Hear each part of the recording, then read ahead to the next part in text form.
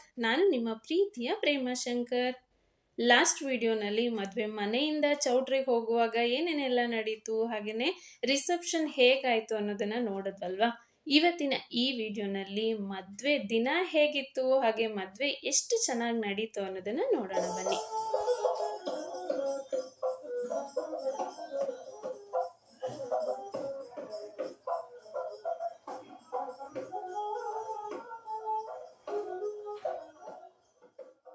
ಮದುವೆ ಮುಹೂರ್ತ ಇದ್ದಿದ್ದು ಬೆಳಗ್ಗೆ 9 ಗಂಟೆಗೆ. ಆದರೆ ನಾವು ಬೆಳಗಿನ ಜಾವ 4 ಗಂಟೆಗೇನೆ ಅರಿಶಿನ ಹಚ್ಚೋದಕ್ಕೆ ಶುರು ಮಾಡಿದ್ವಿ. ಯಾಕೆಂದರೆ ಮದುವೆನಲ್ಲಿ ತುಂಬ ಜನ ಇರ್ತಾರೆ, ಒಬ್ಬರಾದ್ಮೇಲೆ ಒಬ್ಬರು ಅರಿಶಿನ ಹಚ್ಚೋಷ್ಟೊತ್ತಿಗೆ ಲೇಟ್ ಆಗಿ ಹೋಗ್ಬಿಡತ್ತೆ. ಅದಾದ್ಮೇಲೆ ಇನ್ನು ಕುಂಭ ಪೂಜೆ ಮಾಡೋದಿತ್ತು, ಸುರ್ಗಿ ನೀರಿರುತ್ತೆ, ಆಮೇಲೆ ಹುಡುಗ ಹುಡುಗಿ ರೆಡಿ ಆಗಬೇಕು. ಸೊ ಹಾಗಾಗಿ ಟೈಮ್ ಬೇಕಾಗುತ್ತೆ ಅಂತ 4 ಗಂಟೆಯಿಂದನೇ ಸ್ಟಾರ್ಟ್ ಮಾಡಿದ್ವಿ. ಇನ್ನು ಕುಂಭ ಪೂಜೆ ಎಲ್ಲ ಮುಗಿಸ್ಕೊಂಡು ಬಂದು ಈಗ ಸುರ್ಗಿ ನೀರನ್ನ ಮಾಡ್ತಾ ಇರೋದು. ಸುರ್ಗಿನಲ್ಲಿ ನನ್ನನ್ನು ಕೂಡ ಕೂರಿಸಿದ್ರು. ಯಾಕೆ ಅಂದರೆ ಹುಡುಗನ ಅಕ್ಕ ತಂಗಿಯವರು ಹಾಗೆ ಹುಡುಗಿ ಅಕ್ಕ ತಂಗಿಯವರನ್ನ ಸುರ್ಗಿನಲ್ಲಿ ಕೂರಿಸೋದು ವಾಡಿಕೆ ಅಲ್ವಾ. ಇದ್ರ ಜೊತೆಗೆ ಫಸ್ಟ್ ಟೈಮ್ ಪ್ರೆಗ್ನೆಂಟ್ ಇರೋರನ್ನು ಕೂಡ ಕೂರಿಸ್ತಾರೆ. ಸೊ ಈ ರೀತಿ ಸುರ್ಗಿನಲ್ಲಿ ಕೂತ್ರೆ ನೆಕ್ಸ್ಟ್ ಅವ್ರು ಯಾವುದಾದ್ರೂ ಫಂಕ್ಷನ್ನು ಕೂಡ ಮುಂದೆ ನಿಂತು ಮಾಡ್ಬೋದು ಅಂತ ಹೇಳ್ತಾರೆ. ದಾವಣಗೆರೆ ಸೈಡು, ಬಿಜಾಪುರ ಸೈಡು, ಹಾಗೆ ಹಾವೇರಿ ಸೈಡ್ ಇದಿದೆ. ಎಷ್ಟು ಊರಲ್ಲಿ ಈ ಪದ್ಧತಿ ಇದೆಯೋ ಇಲ್ವೋ ನನಗೂ ಗೊತ್ತಿಲ್ಲ. ಅದಾದ್ಮೇಲೆ ಮದುಮಕ್ಳು ಕೈಯಲ್ಲಿ ತಾಳಿ ಪೋಣಿಸೋದಕ್ಕೆ ಅಂತ ಕೊಟ್ಟಿದ್ರು. ಹುಡುಗಿರೇನೋ ಬೇಗ ಬೇಗ ಪೋಣಿಸ್ಬಿಡ್ತೀವಿ, ಬಟ್ ಹುಡುಗರಿಗೆ ಇದು ಕಷ್ಟವಾಗಿರೋ ಕೆಲಸ ಅಲ್ವಾ. ಅವ್ರಿಗೆ ಬರೋದಿಲ್ಲ, ನಾವು ಬಿಡೋದಿಲ್ಲ, ಆ ರೀತಿ ಆಗ್ಬಿಡತ್ತೆ.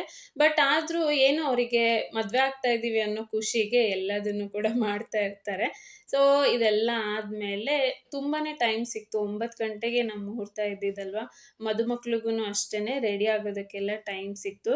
ಸೊ ಬೆಳಿಗ್ಗೆ ಬೇಗ 4 ಗಂಟೆಗೆ ಎದ್ದು ನಾವು ಅರಿಶಿನ ಹಚ್ಚಿದ್ದಕ್ಕೂ ಸಾರ್ಥಕ ಅಂತ ಅನ್ನಿಸ್ತು. ನಂತರ ಹುಡುಗಿ ಸೋದ್ರ ಮಾವ ಹುಡುಗಿನ ಎತ್ಕೊಂಡು ಗೌರಿ ಪೂಜೆ ಮಾಡೋದಕ್ಕೆ ಅಂತ ಕರ್ಕೊಂಡು ಬಂದಿದ್ದು. ಸೊ ಹುಡುಗಿ ಕೈಯಲ್ಲಿ ಗೌರಿ ಪೂಜೆ ಮಾಡಿಸಿ ಹುಡುಗಂಗೆ ಅತ್ತೆ ಮಾವ ಪಾದ ಪೂಜೆ ಮಾಡಿ ನಂತರ ಅವರನ್ನ ಮಂಟಪಕ್ಕೆ ಕರ್ಕೊಂಡು ಹೋಗಿದ್ದು. ಸೊ ಮುಹೂರ್ತದ ಮುಂಚೆ ತುಂಬಾನೇ ಶಾಸ್ತ್ರಗಳಿರುತ್ತಲ್ವಾ. ಒಂದೊಂದು ಕಡೆ ಒಂದೊಂದು ರೀತಿ ಪದ್ಧತಿ. ಒಂದು ಊರಿಂದ ಇನ್ನೊಂದು ಊರಿಗೆ ಹೋದ್ರೆ ಪದ್ಧತಿ ತುಂಬಾನೇ ಡಿಫ್ರೆನ್ಸ್ ಆಗಿರುತ್ತೆ. ಸೊ ನಮ್ಮ ಭಾರತದಲ್ಲೇ ಅಂತ ಅನ್ಸುತ್ತೆ ಇಷ್ಟೊಂದು ಥರದ ಪದ್ಧತಿಗಳು ಇರೋದು. ಬಟ್ ಈ ರೀತಿ ಮನೆಯಲ್ಲಿ ಪೂಜೆಗಳಿದ್ದಾಗ ಅಥವಾ ಏನೋ ಫಂಕ್ಷನ್ ಇದ್ದಾಗ ನಮ್ಗೆ ಈ ಪದ್ಧತಿಗಳೆಲ್ಲ ಗೊತ್ತಾಗುತ್ತೆ. ಹಾಗೆ ಅದನ್ನೆಲ್ಲ ನೋಡಿದಾಗ ಮನಸ್ಸಿಗೆ ಒಂದು ರೀತಿ ಸಮಾಧಾನ ಅಂತ ಅನ್ಸುತ್ತಲ್ವಾ. ಇನ್ನು ಈ ಮದುವೆ ಅನ್ನೋದು ಒಂದು ರೀತಿ ಲೈಫ್ ಟೈಮ್ ಮೆಮೊರಿ ಇದ್ದಾಗೆ. ತುಂಬ ಜನದ ಮದುವೆನಲ್ಲಿ ಚಿಕ್ಕ ಪುಟ್ಟ ಕಾರಣಕ್ಕೆ ಜಗಳ ಆಗಿರುತ್ತೆ. ಸೊ ನಾವು ಸಾಯೋವರೆಗೂ ಕೂಡ ಅಯ್ಯೋ ನಮ್ಮ ಮದುವೆನಲ್ಲಿ ಈ ರೀತಿ ಜಗಳ ಆಗಿತ್ತು ಅಂತ ಹೇಳಿ ನೆನ್ಪು ಮಾಡ್ಕೊಳ್ತಾನೆ ಇರ್ತೀವಿ. ಸೊ ಒಟ್ಟಿನಲ್ಲಿ ಆದಷ್ಟು ಖುಷಿಯಿಂದ ಮದುವೆನ ಮಾಡಬೇಕು. ಸೊ ತಮ್ಮನ ಮದುವೆನಲ್ಲಿ ಯಾವುದೇ ರೀತಿ ಪ್ರಾಬ್ಲಮ್ ಇಲ್ಲದೇನೆ ತುಂಬಾ ಖುಷಿಯಾಗಿ ಎಲ್ರೂ ಮದುವೆನ ಮಾಡಿದ್ದಾಯಿತು.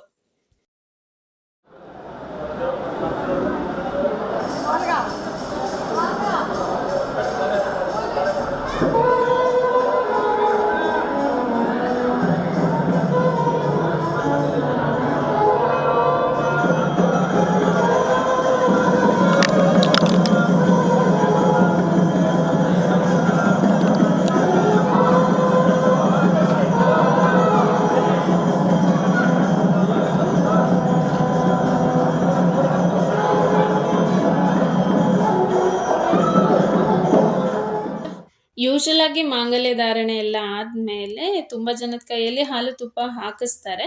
ಇಲ್ಲಿ ಮಾಂಗಲ್ಯ ಕಟ್ಟೋದಕ್ಕಿಂತ ಮುಂಚೆ ಒಂದು 5 ಜನದ ಕೈಯಲ್ಲಿ ಹಾಲು ತುಪ್ಪನ ಹಾಕ್ಸಿದ್ರು. ಇನ್ನು ಅದೆಲ್ಲ ಆದಮೇಲೆ ಮಾಂಗಲ್ಯ ಧಾರಣೆ ಆದಮೇಲೆ ಕೆಲವೊಂದು ಆಟಗಳನ್ನು ಆಡಿಸಿದ್ರು. ತುಂಬಾ ಫನ್ ಆಗಿತ್ತು.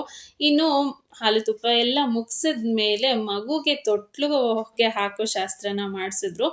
ಅದನ್ನ ಮಗು ಸೋದರ ಅತ್ತೆನೇ ಮಾಡಬೇಕು ಅಂತ ಹೇಳಿ ನನ್ನ ಕೈಯಲ್ಲಿ ಮಾಡಿಸಿದ್ದು. ಇನ್ನು ಸೊಸೆನೋ ಅಥವಾ ಅಳಿಯೋನೋ ಅಂತಾನೆ ಗೊತ್ತಿಲ್ಲ, ಆಗಲೇ ನನ್ನ ಬೆನ್ನಿಗೆ ಚೆನ್ನಾಗಿ ಹೊಡೆಸಿದ್ರು ಅವರಿಬ್ರು. ನೆಕ್ಸ್ಟ್ ಅವ್ರಿಗೆ ಹೆಸರು ಇಡುವಾಗ ನಾನು ಖಂಡಿತ ಹೆದರಬೇಕು, ಆ ರೀತಿ ಆಗೋಯ್ತು.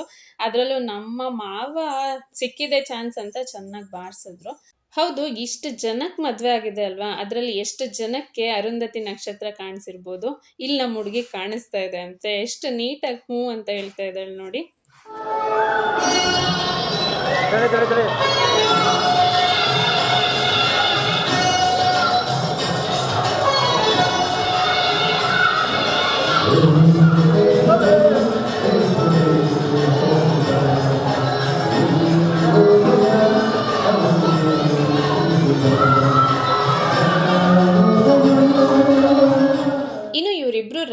ಆಗೋಷ್ಟರಲ್ಲೇ ಮಕ್ಳದು ಒಂದು ರೌಂಡ್ ಡ್ಯಾನ್ಸ್ ಕೂಡ ಆಯಿತು. ಹಾಗೆ ಸಿಂಗರ್ಸ್ ಬಂದಿದ್ರು, ಅವರು ಅಷ್ಟೇ ತುಂಬ ಚೆನ್ನಾಗಿ ಹಾಡೆಲ್ಲ ಹೇಳಿದ್ರು. ಇದೆಲ್ಲದ್ರ ಜೊತೆಗೆ ಡೆಕೋರೇಷನ್ ಅಷ್ಟೇ ತುಂಬ ಚೆನ್ನಾಗಾಗಿತ್ತು. ಇದು ರಿಯಲ್ ಫ್ಲವರ್ಸ್ ಅಲ್ಲ, ಆರ್ಟಿಫಿಷಿಯಲ್ ಫ್ಲವರ್ಸು.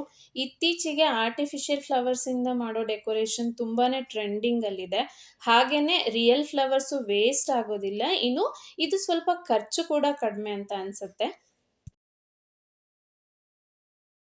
ಇನ್ನು ನೈಟು ಪರ್ಪಲ್ ಕಲರಲ್ಲಿ ಡ್ರೆಸ್ ಕೋಡ್ ಇತ್ತು. ಹಾಗೆ ಬೆಳಿಗ್ಗೆ ಲೈಟ್ ಗ್ರೀನ್ ಕಲರ್ಗೆ ಮ್ಯಾಚ್ ಮಾಡಬೇಕಿತ್ತು.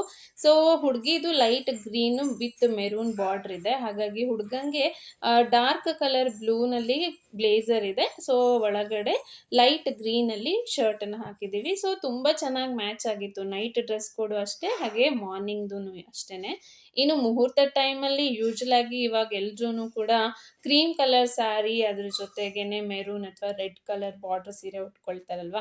ಸೊ ಅದೇ ಕಾಂಬಿನೇಷನಲ್ಲೇ ಮಾಡಿದ್ದು. ಒಟ್ಟಿನಲ್ಲಿ 3 ಟೈಮಲ್ಲೂ ಹಾಕಿದ್ದ ಡ್ರೆಸ್ ಕೋಡು ತುಂಬಾ ಚೆನ್ನಾಗಿತ್ತು. ಅವರಿಬ್ಬರು ಡ್ರೆಸ್ ಕೋಡ್ ಮ್ಯಾಚಿಂಗ್ ಜೊತೆಗೆ ನಮ್ಮ ಪೇರ್ಗಳಿಗೂ ಕೂಡ ನಾವು ಮ್ಯಾಚಿಂಗ್ ಡ್ರೆಸ್ಗಳನ್ನೇ ತಗೊಳ್ಳೋದಕ್ಕೆ ಟ್ರೈ ಮಾಡಿದ್ವಿ. ಸೊ ನಾವೆಲ್ಲರೂ ಮದುವೆನಲ್ಲಿ ಬ್ಯುಸಿ ಇದ್ದರೆ ಅಚ್ಚು, ಸಾತು ಹಾಗೆ ಉಳಿದಿದ್ದೆಲ್ಲ ಮಕ್ಕಳು ಐಸ್ ಕ್ರೀಮ್ ತಿನ್ನೋದ್ರಲ್ಲಿ ಬ್ಯುಸಿ ಆಗಿದ್ರು. ಸೊ ನಾವೆಲ್ಲ ಮದುವೆ ಮಾಡೋದ್ರಲ್ಲಿ ಬ್ಯುಸಿ ಇದ್ದರೆ ಮಕ್ಳದೆಲ್ಲ ಐಸ್ ಕ್ರೀಮ್ ತಿನ್ನೋದೇ ಒಂದು ದೊಡ್ಡ ಹಾವಳಿ ಆಗಿಬಿಟ್ಟಿತ್ತು. ಸೊ ಮದುವೆ ಒಂದಿನನೇ ಅದೆಷ್ಟು ಐಸ್ ಕ್ರೀಮ್ ತಿಂದಿದ್ದಾನೋ ಗೊತ್ತಿಲ್ಲ. ಹಾಗೆ ಅಶ್ವಿನು ಮದುವೆನಲ್ಲಿ ಬಿಡ್ತಾನೋ ಇಲ್ವೋ ನನ್ನನ್ನು, ಮದುವೆನ ಖುಷಿಯಾಗಿ ಮಾಡ್ತೀನೋ ಇಲ್ವೋ ಅನ್ನೋ ಡೌಟ್ ನನಗೆ ಇತ್ತು. ಮಕ್ಕಳನ್ನ ಇಟ್ಕೊಂಡು ಈ ರೀತಿ ಫಂಕ್ಷನ್ಗಳನ್ನು ಅಟೆಂಡ್ ಮಾಡೋದು ಎಷ್ಟು ಕಷ್ಟ ಅಂತ ಗೊತ್ತಿರುತ್ತೆ ತುಂಬ ಜನಕ್ಕೆ. ಸೊ ನೈಟ್ ನನಗೆ ಒಂದು ಸ್ವಲ್ಪ ಕಾಡಿಸ್ದ, ಬಟ್ ಮಾರ್ನಿಂಗ್ ಅಷ್ಟಾಗಿ ಏನು ಕಾಡಿಸ್ಲಿಲ್ಲ.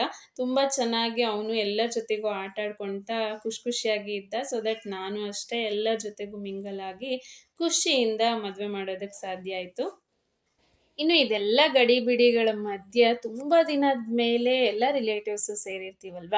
ಸೊ ಹಾಗಾಗಿ ಫ್ಯಾಮಿಲಿ ಪಿಕ್ಗಳಿಲ್ಲ ಅಂದರೆ ಹೇಗಿರುತ್ತೆ. ಸೊ ಫ್ಯಾಮಿಲಿ ಪಿಕ್ಸ್ನು ಕೂಡ ತಗೊಂಡಿದ್ದಾಯಿತು. ಇಷ್ಟೆಲ್ಲ ಖುಷಿಯಿಂದ ನಾವು ಮದುವೆ ಮಾಡೋದಕ್ಕೆ ಮುಖ್ಯ ಕಾರಣ ನಮ್ಮಣ್ಣ. ಸೊ ತುಂಬ ಜನಕ್ಕೆ ಒಳ್ಳೆ ಅಪ್ಪ ಸಿಗ್ಬೋದು, ಆದರೆ ಎಷ್ಟು ಜನಕ್ಕೆ ಒಳ್ಳೆ ಅಣ್ಣ ಸಿಗೋದಕ್ಕೆ ಸಾಧ್ಯ ಅಲ್ವಾ. ಈ ವಿಷಯದಲ್ಲಿ ನಾವು ತುಂಬಾ ಪುಣ್ಯವಂತರು ಅಂತ ಹೇಳ್ಬೋದು.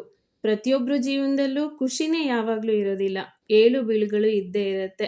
ಅವೆಲ್ಲದನ್ನು ನಾವು ಹೇಗೆ ನಿಭಾಯಿಸ್ಕೊಂಡು ಹೋಗ್ತೀವಿ ಅನ್ನೋದ್ರ ಮೇಲೆ ನಮ್ಮ ಜೀವನ ನಿಂತಿರುತ್ತೆ.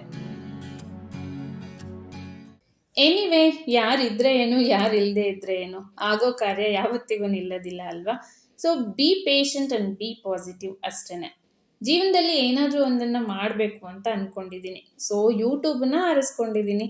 ನಿಮ್ಮೆಲ್ಲರ ಸಪೋರ್ಟ್ ಇದ್ದರೆ ಖಂಡಿತವಾಗ್ಲೂ ಅದರಲ್ಲಿ ಮುಂದೆ ಬರೋದಕ್ಕೆ ಸಾಧ್ಯ ಆಗುತ್ತೆ.